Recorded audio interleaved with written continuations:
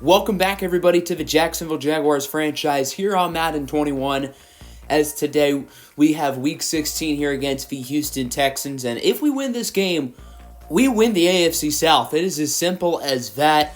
Before we get to that game, we will also be doing a prospect profile where we will go over some of the linebackers and defensive backs in this year's class. But first, I do want to have a brief overview of the situation we are currently in. So if the season ended today, we would be the 3 seed playing New England in the first round. If we lose today, then we can still win the division, but it's not as likely, and we don't officially clinch a playoff spot. If we do win the division, we clinch a playoff spot and the division, obviously. It is a Thursday night game, our only primetime game of the entire season, which also happens to be our most important game, so we want to certainly emphasize preparation over rest, and we're not going to have A.J. Khan play through injury, even though he is far better than Dan Feeney based on their production this season.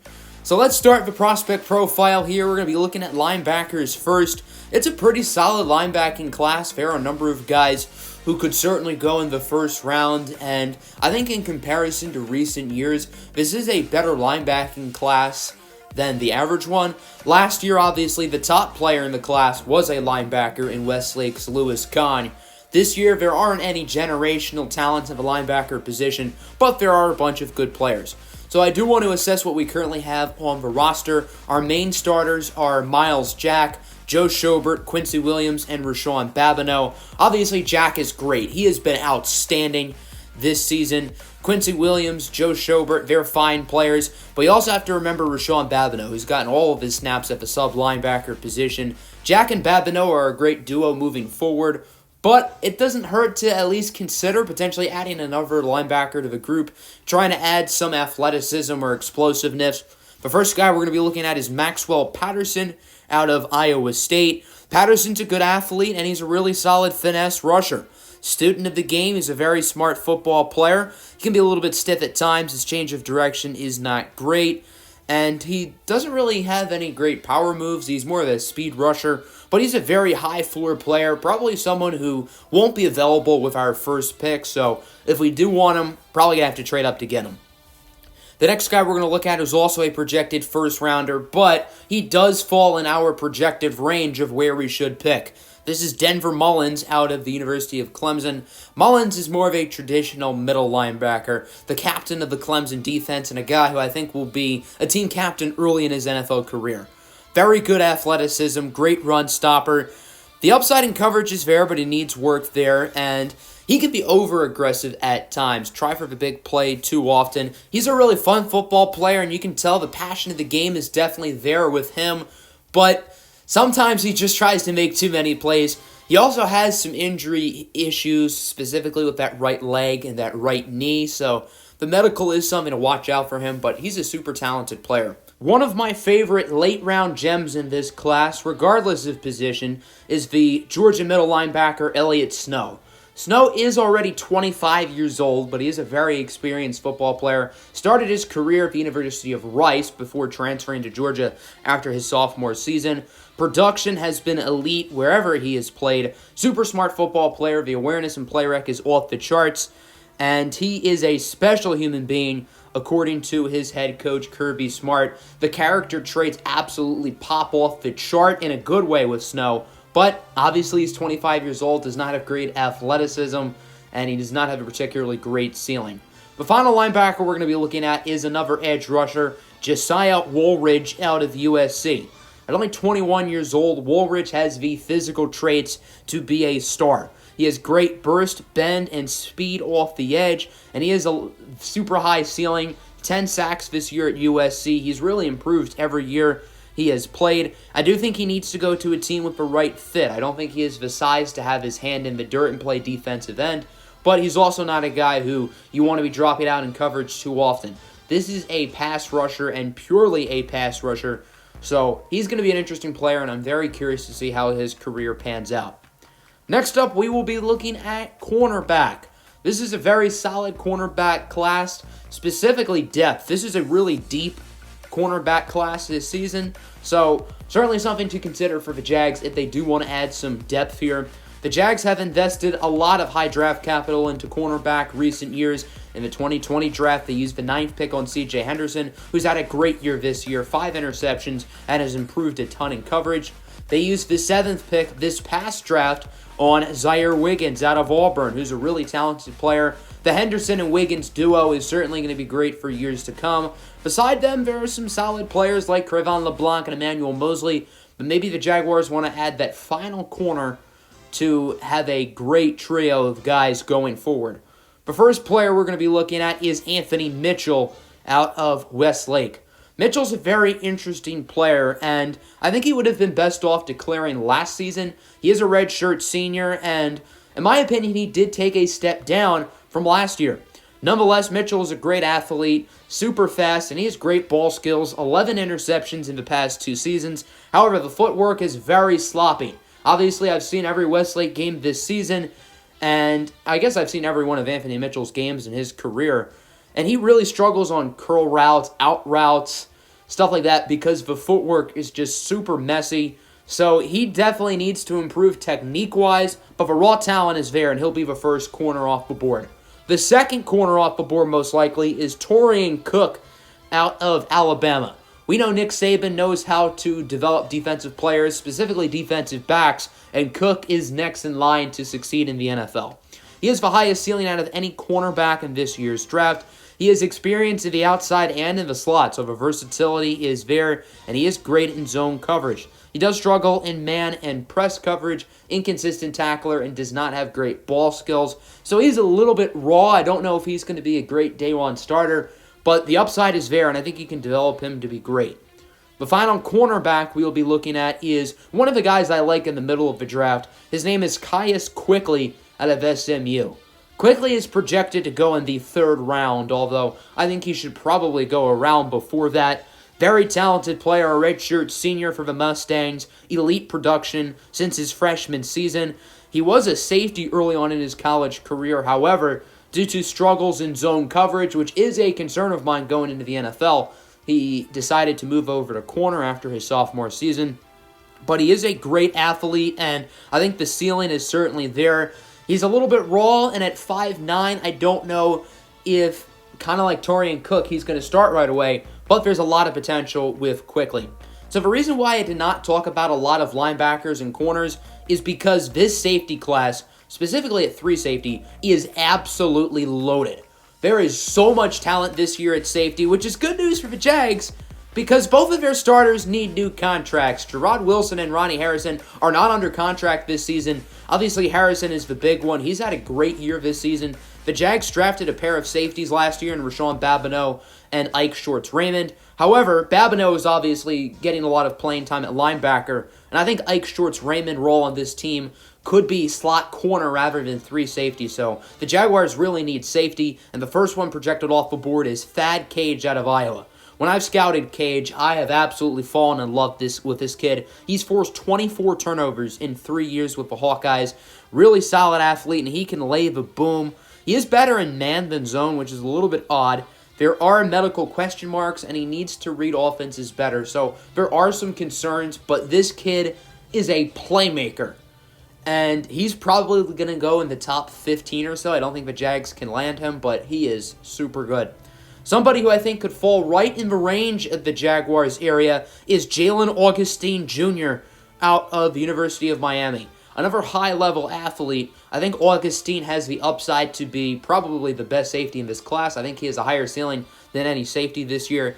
He does not have the ball skills that Thad Cage has, but his ball skills are really good. 8 interceptions in the past 2 seasons. He's not a great tackler, and he is also fairly weak in zone coverage. The big difference between Cage and Augustine is that Augustine has poor change of direction. He has stiff hips and does not have the best lateral quickness, which is the reason why Cage is probably going to go before him, but both will go in the first round. After those two, the next best 3 safety is Dwight Garrett from UCLA. Garrett certainly has a lot of athletes in his family. His older brother, Preston Garrett III, was a quarterback for UCLA, drafted by the Vikings last year, and his younger brother, Cedric Garrett, played college basketball at Arizona and was drafted with the 8th overall pick by the Cavaliers in the 2021 NBA draft. Garrett is really solid in zone coverage. I think he's a high floor player and is really good value for the middle of the second round. He does need to improve as a tackler. His ball skills are a little bit shaky, along with his athleticism, but I think he's a high floor player who could be really good. Another really solid potential value pick on day 2 is Julius Williams out of Oregon. Williams is quite different to the other safeties we've talked about. He does not have great athleticism. He does not have great ball skills, nor does he have phenomenal versatility, but great change of direction, great lateral quickness. He's super well-rounded, and he's really good in the run game, which I can't really say about a lot of the other safeties in this year's class. I think Williams is a more well-rounded player and might be the best safety early on in his career in this draft class, but he just does not have the ceiling that guys like Thad Cage and Jalen Augustine have. Let's take a look at another potential day 2 gem. Yes, I know there are a lot of day 2 gems at safety, but I told you earlier, this class is loaded at the position. This player is Marcus Granson out of Texas. Granson has really good ball skills, and he's probably the best defensive back in the class when it comes to tackling. A lot of the players we've talked about today in the secondary are not great tacklers, but Granson is. Also very solid in zone coverage. He's been the center fielder for Texas. He's an okay athlete, not great, but decent. Doesn't really provide a ton of versatility. He's not going to ever play slot corner or sub linebacker. He's just going to play 3 safety, and in my opinion, he's going to excel at 3 safety in the NFL. The final prospect we're going to be looking at today is the only strong safety in the video. This is Dorian Sawyer from Texas A&M. Sawyer is probably going to be the second safety off the board after Thad Cage. Maybe Jalen Augustine sneaks before him, but I think Sawyer is probably going to go in the middle of the first round. He has really good lateral mobility and change of direction. Very solid in press coverage, which is interesting, and he can lay the boom. He is fairly slow. The athleticism is not really there in comparison to some of the other players, and I feel like he's a little bit raw overall, so you have to develop this kid, but he's a really, really talented player. So that'll do it for the prospect profile. We will have one more prospect profile, and that is going to be going over some of the players who we did not go over, specifically guys who entered early into the draft, guys who are declaring who were not previously listed in the draft class. So this Houston Texans team we know is really good. They're led by J.J. Watt and Deshaun Watson. Watt is injured, though, which is a very big deal. He played really well against us back in Week 12, a game that we ended up winning. So without further ado, let's get right into this one. A very important Week 16 game here on Primetime. Just the second primetime game in the entire series. The first one was Thursday Night Football, Week 3 of Season 1, an overtime game that the Jaguars lost to the Dolphins. If the Jags win, they win the division. It is simple as that. Can they do it in front of a national audience across America? 3rd and 9, there's DJ Chark with a first down. Chark leads the NFL in receiving yards this season. He has just been nothing short of a beast. Minshew on 2nd and 9 now is sacked by the defensive tackle DJ Jones for a loss of 6. This interior offensive line has been a lot worse ever since Andrew Norwell and A.J. Kahn got hurt, which isn't really much of a surprise considering there are now backups at the guard spots. 3rd and 15, and Njoku gets the first down, and the Jags keep the football. Minshew now another conversion. He gets it to DJ Chark to the 8-yard line. Good start today for Gardner Minshew, who has certainly played better in the second half of the season than he did in the first half. 1st and goal, now handoff for Phillip Lindsay, and he loses 5. Duke Ejiofor is hurt on the play for the Texans, one of their edge rushers, who was supposed to step in for J.J. Watt, but now he is injured. 2nd and goal, there's Zeke Bowman, the rookie out of Westlake, with his first NFL touchdown, and the Jaguars will strike first. Bowman has certainly gotten some touches this season, but has not found the end zone until now, and Jacksonville is now up 7-0. Texans have it. Here's Deshaun Watson, who played really well against the Jags. The last time these two teams played on 3rd down, he gets it to his tight end, Jake Butt. Yes, that is his name. Don't laugh. For a gain of 20. Now from the 43, about 3 minutes left to go here in the first quarter. First down for Deshaun Watson. He connects back with Butt to the 27 now. The Jaguars have struggled all season covering tight ends, and that does not look any different today. Jake Butt has looked really good. From a 27 now, Watson under pressure, and he is sacked by Ifeadi Odenigbo for a loss of 7. Odenigbo's 5th sack of the year. He's having another really good season with Jacksonville. And Gardner Minshew is pretty fired up about it on the sidelines. 3rd and 14 now from the 31. Watson going to scramble to his left. However, Myles Jack had an eye on him the whole time, and Watson only gains 4. A really smart play by Myles Jack to keep an eye on Watson. He knows that Watson can run it, and Jack was there to make the play. Watson only gets 4. 4th and 10, here's Kaimi Fairbairn from 44 yards out. The kick is good, and the Texans make this game a little bit closer. It is now 7-3, and that will conclude the first quarter. Jacksonville has the lead and the football. Let's see what they can do here with 10 minutes until halftime. 3rd and 6, Laviska Shenault with a nice first down. Really nice play after the catch as he gains 23 before being tackled by the corner, Bradley Roby. 3rd and 4 now from the 21. Jags getting close to the red zone. Minshew going to scramble with it, and his pass is caught by Phillip Lindsay, who does not get it. Only a gain of 3. That's Brennan Scarlett who brings him down. 4th and inches. Jacksonville is going to go for it. Phillip Lindsay gets the football, and he's going to truck his way for a first down, fighting for extra yardage as he gets 4. That was Whitney Merciless with the tackle. 2nd and 1 now from the 5. Can Jacksonville punch it in and extend their lead as Lindsay gets the football, and the ball is out.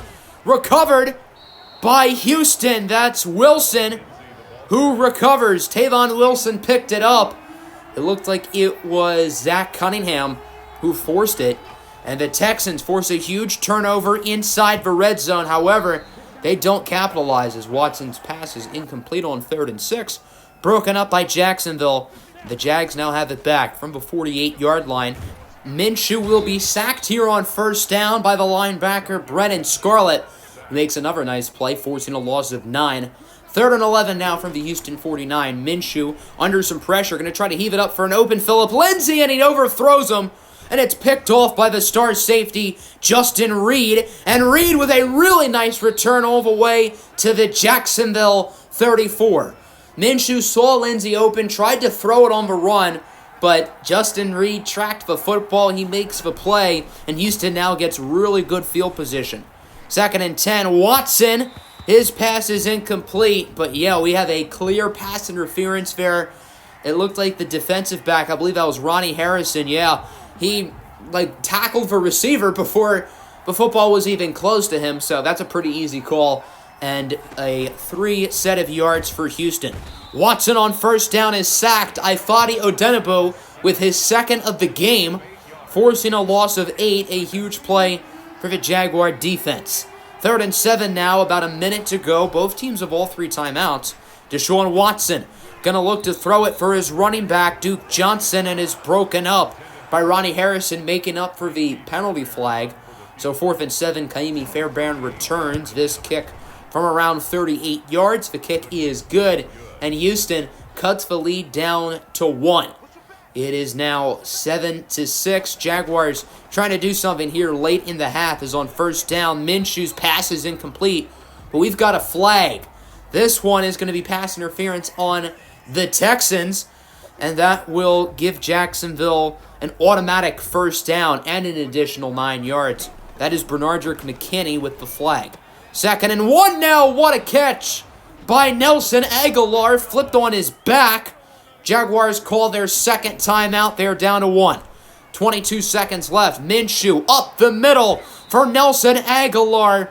Once more, he brings it to the 24-yard line. The Jags call their final timeout. They're not going to waste any time and go for the field goal. This is a 41-yarder from Josh Lambo. It is good. Busy day for the kickers so far as the Jaguars now lead at 10-6. Can Houston get a quick play here before the end of the half? And your answer is no. Duke Johnson loses 2. Myles Jack brings him down. Jack continuing his awesome season. He has a legit shot to make the Pro Bowl even after missing 4 games this year. That'll do it for the first half. 10-6 is your score. The Jaguars defense, who has been pretty bad this year, has only allowed 65 yards today. I want to take a look here at this schedule. Some interesting games to watch. Got to watch out for New England. Got to watch out for the Browns. Got to watch out for Buffalo as well for the purposes of seeding. And then the Saints and Falcons game on Monday night likely determines who gets the number 1 pick in the draft because both of those teams suck. If the Saints get it, I'd have to imagine they're going to pick quarterback Marcus Trotter out of Ole Miss. If the Falcons get it, maybe they'll take the Westlake pass rusher Delvin Hines. So second half underway. Houston going to start off with the football, and it's fumbled on the kick return. Jacksonville recovers. It's for rookie Babineau. Camus Grugier-Hill was the one who forced it. Rashawn Babineau picks it up. That's how to start a third quarter. Jags now with it from the red zone. DJ Chark with a nice gain of 14. He mossed a defender there as well. Third and goal now from the 4. Minshew's going to fumble it, and it's recovered by the Texans. DJ Jones recovers it, a strip sack for Houston. So the fumble on the kick return by Jacksonville now means pretty much nothing as Houston gets it back, and the fumble is pretty much offset. Texans with it, as here is Kenny Stills to the 38-yard line. That fumble forced by the Texans really gives them new life. Jacksonville could have really stormed with some momentum, but now the Texans have pretty much as good of a shot to win this game as the Jags. There is Laramie Tunsil getting injured after Duke Johnson lost 3. Tunsil is the Texans' best offensive lineman by far, so him being out is not good news for Houston as he throws his helmet on the sidelines in frustration. So now the Texans are without their best offensive lineman. Is here on 3rd and 5. Johnson is flipped on his back by Gerard Wilson. They will give him the first down, however. That one was awfully close, but the officials will give it to Houston. 2nd and 6 now from the 37. Back to Jake Butt, who will gain 21 before being tackled by Wilson and C.J. Henderson. Now from the 16, Texans have an opportunity to make this game closer or possibly take the lead as Duke Johnson with a first down, and he fumbles it. Picked up by Babineau. That was Gerard Wilson who forced it. Both of these teams have butterfingers. Already 3 fumbles here in the third quarter alone, and Jacksonville has it. They do have it at a 1, however, but it does not look like they will get safety. Here is Phillip Lindsay with a gain of 11, so it looks like being tackled in the end zone will not be an issue for Jacksonville. Back to Lindsay, 2nd and 10 from the 12. He's running backwards. I think he wanted to try to juke the defender, but that did not work. That was Bradley Roby with the play, and Jacksonville will have to punt it. That's the first drive this quarter that did not end in a fumble, by the way. Now from the 45, under 20 seconds to go in the quarter, here's Will Fuller, his first catch of the game, as he gets to the 37 and is injured. According to my producer, it sounds like Will Fuller has a serious elbow injury. He will not return to this game, and his season might be over, as that'll do it for the third quarter. Nobody scored in that quarter, but we had 3 fumbles combined, 10-6. Jaguars still lead. On to the 4th, 3rd and 8. Watson is incomplete. Nice pressure by the Jaguars pass rush, so the Texans will be forced to kick another field goal. This is a 52-yarder for Fairbairn, and he gets it. Nice kick by Kaimi Fairbairn, who is now 3 for 3 today. And the Jaguars are now only up by 1. 3rd and 8 from the 27. Nice catch by Chenault, who gains 9. Jacksonville with a nice conversion. The Jags have been really good today on 3rd down, and overall, Gardner Minshew has played pretty well today outside of the pick. 3rd and 9 now. Minshew's pass is off the mark for Chark. I think there was some miscommunication between Minshew and Chark. Texans now with the football and an opportunity to take the lead as Watson is sacked on 1st down by Josh Allen, forcing a loss of 5. Allen's 7th sack of the season. 2nd and 15 now for Houston. The Jags send a ton of pressure, and it backfires. Did Jake Butt test positive for the virus? Because he is social distancing himself well from defenders. Butt brings it all the way to the 28-yard line. Bad play by the Jaguar defense. Look at this, another bad play by the defense. Brandon Cooks on the wheel route, a 28-yard touchdown. Cooks' 50th receiving touchdown of his career, and the Texans, for the first time today, are winning. They are going to go for 2, trying to make it a 7-point game, and they are as successful as it is caught. So now it is 17-10, courteous of the tight end, Jordan Akins. So the Jaguars have it back. They have been held scoreless here in the second half, although Gardner Minshew has not been terrible today. 2nd and 10. Minshew has a wide open DJ Chark. Chark has played one of his best games of the season, which says a lot considering how good he's been. Chark brings it to the 46-yard line for a Jacksonville first down. 3:46 left to go here in this one. Minshew scrambling, and he will get it to Chark again. A really nice throw by Gardner Minshew as DJ Chark gets 28 yards. 3rd and 8 now from the 17. Minshew going to scramble with it to his left. Minshew now going to run with it. Does he get the first? Not quite. Pushed out by Benardrick McKinney. 4th and 2 from the 10. The Jags are going to go for it, and Phillip Lindsay is stopped. The Texans do not allow Jacksonville to get the first down, and all they have to do here is chew the clock, and they can end it. 3rd and 7. Houston's going to throw it for whatever reason. Watson's pass is incomplete.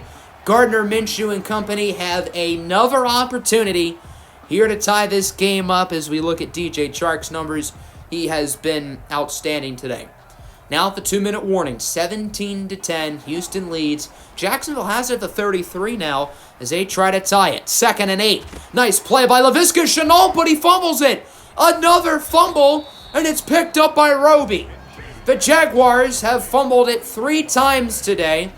I believe 5 fumbles total, and I think all of them have been recovered by the opposing defense. Texans trying to chew clock. 2nd and 11. We got a flag. This could be bad news if it's on the Jags, and it is not. Holding on the Texans. It's the guard, Max Sharping. So that would redo 2nd down. Now 3rd and 6. The Jaguars are officially out of timeouts. Houston is going to throw it. Again, why would they do that? If they ran the ball, they could end the game, or at worst, give the Jaguars 30 seconds to play. Now the Jaguars have a minute, and this is a much more manageable comeback. There's David Njoku bringing it to the 42-yard line. Jags trying to move quickly. 2nd and 10, 35 seconds to go. Minshew incomplete to Chark. I think that could have been a touchdown had the accuracy been there, and we are down to 32 seconds. 3rd and 10. Minshew, a bomb for Chark, and it's caught inside the 10. The Jaguars have to move quickly, though. I think they assumed Chark was out of bounds. He was not out of bounds. So now there's 3 seconds. Jags have 1 play to get this off. Minshew to the end zone, and it's picked off by Justin Reed, and the Texans will win it by a final score of 17-10. The Jaguars did not score after halftime. They had multiple chances late. Had they known Chark was out of bounds there on that previous play and spiked it, I think they could have had 2 plays for the end zone. But instead, the Jaguars felt rushed. Minshew kind of had to heave it up, and it was intercepted. So both teams are now 8-7. Both teams split the season series. Remember, Jacksonville beat Houston in Houston earlier. Obviously, Houston won today. The Jaguars play the Colts in Week 17. The Texans play the Titans. Looking at the numbers, I think Gardner Minshew outplayed Deshaun Watson. I know Minshew threw 2 interceptions, but that last one wasn't really his fault. He had to heave it into the end zone. And I think Minshew played one of his better games of the season, if I'm being honest. Deshaun Watson wasn't bad. He didn't make any mistakes, but he also wasn't the game-changing superstar we know him out to be. The run game was bad, and it has been bad since our whole offensive line got hurt pretty much. It shouldn't really surprise me that the run game has been a lot worse since Dwayne Brown, Jawan Taylor, Andrew Norwell, and A.J. Khan all got hurt, but they're all going to be out Week 17, so we've got to make sure the run game can play well if we want to make this postseason. DJ Chark, 11 catches, 176 yards. He was a machine today. Jake Butt was the Texans' leading receiver. He had 110 yards. We have to cover tight ends better. We just have to. The way we cover tight ends is pretty inexcusable. Quite a number of sacks for both teams. I thought Odenigbo had 2. Josh Allen had 1. And 3 Texan players each had a sack. 2 interceptions for Justin Reed. He was obviously very good. But the story of the game was the fumbles. The Texans forced 3 and the Jaguars forced 2. Benardrick McKinney forced 2 fumbles, by the way. He certainly stood out. And 5 total takeaways for the Texans defense. This Jaguar offense cannot give up the football 5 times. That's not the recipe to win games. So that brings us to Week 17 here as we have the battle between the 5-10 Indianapolis Colts. Now, the playoff picture still has us winning the division, even though we're tied with Houston. So this makes me believe as long as we win this next game against the Colts, we win the division no matter what happens in the Houston game. If we lose and Houston loses, we can also still win the division. If we lose, we can still make the postseason, although it's not overly likely. There are a bunch of teams right near us at 7 and 8, and if we win this next game, at worst we clinch the playoffs as a wild card. Hopefully we win the division, but as long as we win this next game, we're in the postseason no matter what. So we just have to focus on beating the Colts, hoping that the Titans can beat the Texans, and that we can possibly win our division and host a playoff game. I did not expect this team to be hosting playoff games in Season 2, but this is a really good football team, and hopefully we can get this win next episode against the Indianapolis Colts. Hope everybody enjoyed. I'm out. Peace.